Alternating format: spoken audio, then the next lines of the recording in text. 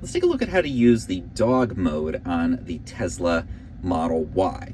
So this is a mode that people use if they want to have their dog or other animal in the car for a minute or two if you're like running into a store. And Tesla can keep the air conditioning on or the climate control on, depending on your weather conditions, so that you can, in theory, go into the store and your dog can just stay in the car. So we're going to go here and basically click on the screen here on the temperature.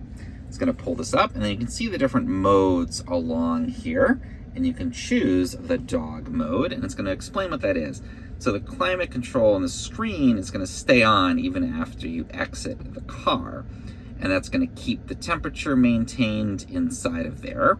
And the screen typically displays something indicating to other people who might walk by that the dog mode is enabled, so they're not worried about an animal that's in the car. It does say never leave a child unattended.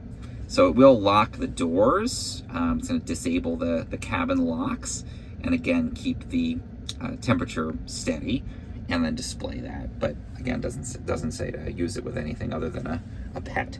Then we want to switch it back off. We go over here, and then we just go back to the off setting. So that's all there is to it.